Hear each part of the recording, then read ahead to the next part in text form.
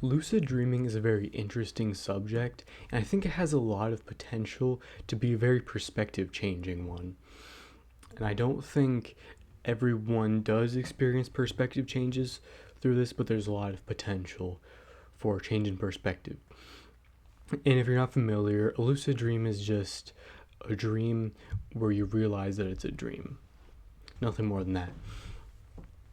And the first shift in perspective I had when starting to lucid dream was just that experience is not dependent on external stimulation. And I think this can be a very impactful existential experience to kind of just be in a world that feels as real as the real world, or potentially even realer, and to know that it's completely inside your head and that nothing that happens is actually happening. And I think this feeling can kind of carry you into the real world, and then you realize that it is all in your head, whether it's external stimulation or internal stimulation, it's still in your head. And I think this is very important to have a well-rounded philosophical perspective, especially so if you're interested in existentialism. It's a very direct and in-depth existential experience, and it's not as much of a rational experience, but an emotional one. You can read all you want on existentialism, but you might not have the same sort of existential dread you might have if you have this experience. And I don't mean dread in a necessarily bad way. I found it quite freeing when I realized that everything was kind of just inside my head.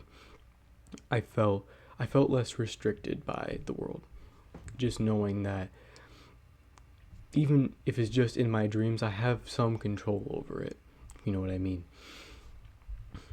And the second thing I kind of learned to do was to appreciate my dreams unconditionally. And this really started to happen after my first lucid dream. A lot of this started happening early on and gradually increased. And in my first lucid dream, it wasn't as much of a dream as it was a nightmare.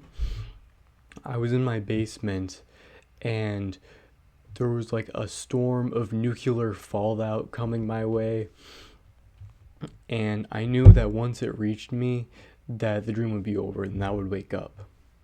And I was fully lucid, and I was trying to do everything to get this nuclear storm to go away and not reach me. I tried calling for help. I tried changing the dream scene, just trying to will it away. And it didn't work, so I ended up waking myself up. And that was pretty uncomfortable and stressful. And at first, I thought it wasn't a very good first lucid dream, which in a sense it was. It could have been a lot better. But I did start to develop an appreciation for it. And as well, I've had lots of disturbing and uncomfortable nightmares that I have grown an appreciation for, to kind of like almost appreciate the fear itself. And this can be applied to a lot of things, a lot of dreams that aren't as good. Even boring dreams I can kind of appreciate now, just because sometimes, like, if it's really boring, it can be almost interesting how little happened. So I over time learned to unconditionally appreciate all of my dreams, and I hope that I can kind of apply that to the real world as well, and sort of appreciate every event in my life unconditionally, and really just have a baseline appreciation for every day of my life. And the last thing I really learned to do from lucid dreaming is just generally be more aware. And that didn't come from the dreams itself or the lucid dreams. It really came from the practices needed to induce them, like frequently questioning of reality and the sort of meditative nature that lucid dreaming techniques like mild have, and developing your perspective memory. That has a big impact on your mindfulness. And doing these practices and seeing their benefits eventually led me to meditation. And I just remember like starting to have a lot more patience and just a general deeper appreciation for things. It helped me read more. And since I was doing mild and I was visualizing myself a lot, becoming lucid, that helped with my visualization a bit and helped me to enjoy reading more, because ultimately with that you're kind of, or at least I try to envision the scene in my head, and that makes it enjoyable for me.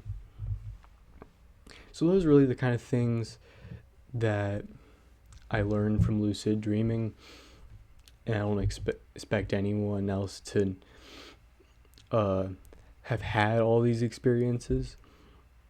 There's no wrong way to lucid dream if you're having lucid dreams.